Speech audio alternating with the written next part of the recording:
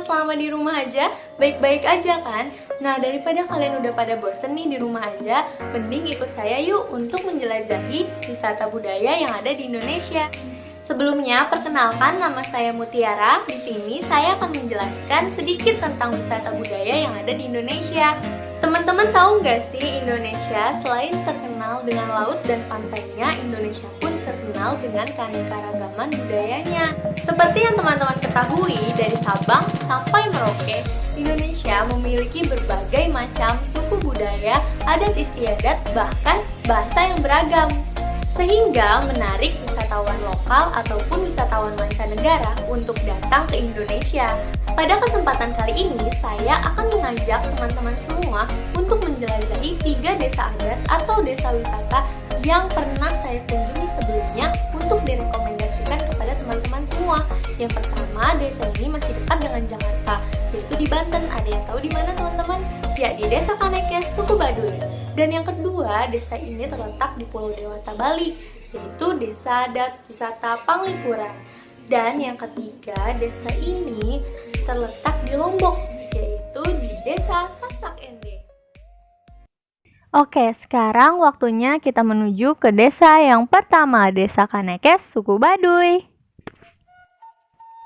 Baduy merupakan sebutan yang diberikan oleh penduduk luar kepada kelompok masyarakat di desa ini.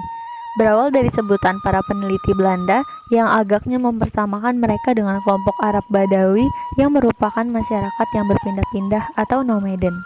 Namun, orang Baduy sendiri menyebut diri mereka ialah orang Kanekes, sesuai dengan nama wilayah mereka atau sebutan yang mengacu kepada nama kampung mereka. Suku Baduy merupakan suku yang hidup secara terisolir dari dunia luar. Mereka hidup secara sederhana dan menyatu dengan alam. Alam yang masih alami dan budaya yang ditawarkan oleh kampung suku Baduy menjadi daya tarik wisata tersendiri bagi daerah ini. Kampung wisata suku Baduy terletak di Kabupaten Lebak, sekitar 40 km dari Rangkas Bitung. Suku Baduy terbagi menjadi 2 kelompok, yaitu Baduy Dalam dan Baduy Luar. Perbedaan antara keduanya adalah terletak pada tata cara menjalankan aturan adatnya atau yang dikenal dengan pikukuh. Suku Baduy Dalam masih memegang teguh aturan adatnya dan menjalankan dengan baik. Suku Baduy Dalam memakai ikat kepala atau baju bernuansa putih, sementara suku Baduy Luar sudah terpengaruh pola hidup masyarakat modern dan memakai pakaian berwarna hitam. Selain dari kebudayaannya, daya tarik wisata di Baduy ada dari segi kuliner, arsitek, dan keseniannya loh. Seperti pada keseniannya, wanita Baduy ialah pengrajin tenun, dan tenunnya pun diperjualkan. Dan arsitek tentu pada bangunan rumahnya yang unik dan tata letak. Salah satu mata pencahariannya adalah mencari gula kaung atau gula aren. Gula ini dibuat dari pohon aren. Airnya yang disebut dengan air nira untuk membuat gula yang disimpan dalam bambu. Bambunya disebut lodong. Di Baduy Luar, air nira ini masih bisa untuk dijadikan mata pencaharian, dijadikan sebagai gula aren.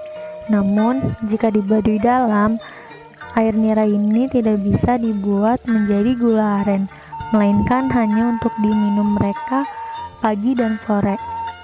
Orang Baduy pasti memiliki lewit atau lumbung padi, karena mata pencaharian mereka ialah bertani. Oh iya, ini adalah salah satu bentuk arsitektur yang ikonik di Baduy, yaitu jembatan bambu. Jembatan bambu ini hanya membutuhkan tali untuk mengait-kaitkannya dengan bambu lainnya untuk menjadi jembatan. Masih banyak keunikan lainnya loh di Baduy. Sekian dulu ya jelajah Baduynya. Nah, sekarang kita lanjut ke desa yang kedua, Desa Wisata Panglipuran. Swastiastu, selamat datang di Desa Wisata Panglipuran. Panglipuran adalah salah satu desa adat dari Kabupaten Bangli, Provinsi Bali, Indonesia. Desa ini terkenal sebagai salah satu destinasi wisata di Bali karena masyarakatnya yang masih menjalankan dan melestarikan budaya tradisional Bali di kehidupan mereka sehari-hari. Daya tarik desa wisata Panglipuran sendiri selain dari kebudayaan dan kebiasaan hidup masyarakatnya, desa wisata Panglipuran memiliki arsitektur yang sangat unik untuk menarik wisatawan datang ke desa ini. Lalu yang kedua, desa ini mempunyai kesenian yang sangat unik, dari tarian, anyaman, lukisan, kesenian musik, dan lain-lain. Sebagai desa adat yang menjadi desa wisata, desa ini sudah menyiapkan kebutuhan amenitas wisatawannya, yaitu seperti homestay. Desa wisata Panglipuran Bali menjadi salah satu pionir desa wisata yang sukses di Indonesia, bahkan di kancah internasional, karena desa ini dinobatkan sebagai desa terbersih di dunia. Saking bersihnya, kamu gak akan lelah saat berjalan-jalan di desa ini. Yakin deh kamu akan terpesona dengan desa ini. Gaya arsitektur khas Bali, jalanan terbuat dari batu alam, dan ditumbuhi bunga-bunga warna-warni menghiasi setiap sudut desa Panglipuran. Sekian dulu ya teman-teman, perjalanan kita menjelajahi desa wisata Panglipuran. Yeay, sekarang waktunya kita masuk ke desa yang terakhir, yaitu Desa Sasak Ende. Halo teman-teman, selamat datang di Desa Sasak Ende. Desa Sade terletak di Rembitan, Lombok Tengah, Nusa Tenggara Barat.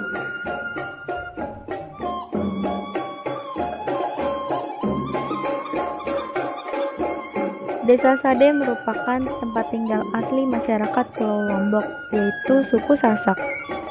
Rumah adat suku Sasak disebut Balai Tani karena sebagian besar penduduknya dahulu ialah bermata pencarian sebagai petani.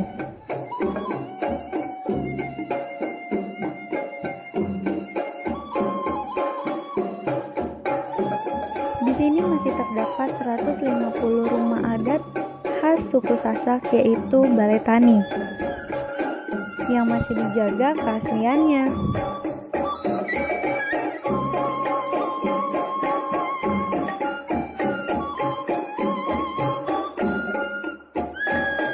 Rumah-rumah di sini memiliki tinggi kurang dari tubuh orang dewasa. Filosofinya agar orang yang akan masuk ke rumah adat akan menunduk sebagai tanda penghormatan kepada tuan rumah. Dan yang lebih unik, lantai rumah suku adat Sasak dibersihkan dengan menggunakan kotoran sapi atau kerbau setiap 2 minggu sekali. Hal ini dilakukan untuk memperkuat lantai dan memadatkannya. Uniknya, walaupun lantai ini menggunakan kotoran kerbau atau sapi untuk membersihkannya, namun tidak ada baunya sama sekali. Selain kalian bisa melihat arsitektur bangunan yang bagus dan unik di Desa Sasak Ende ini, kalian pun bisa melihat aktivitas-aktivitas warga lainnya. Kalian bisa melihat aktivitas wanita Sasak Ende menenun dengan alat tradisionalnya yang disebut dengan arah.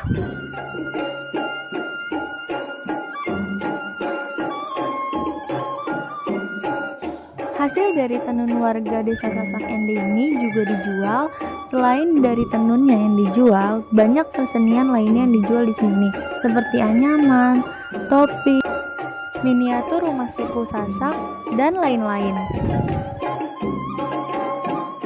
Selain kita bisa merasakan aktivitas yang saya sudah sebutkan sebelumnya tadi, masih banyak lagi aktivitas yang bisa dirasakan di sini, yaitu seperti melihat kesenian, atraksi tari paresean, dan lain-lain.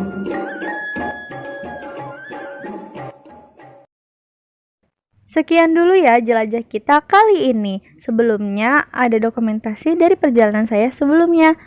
Bye bye, see you next time.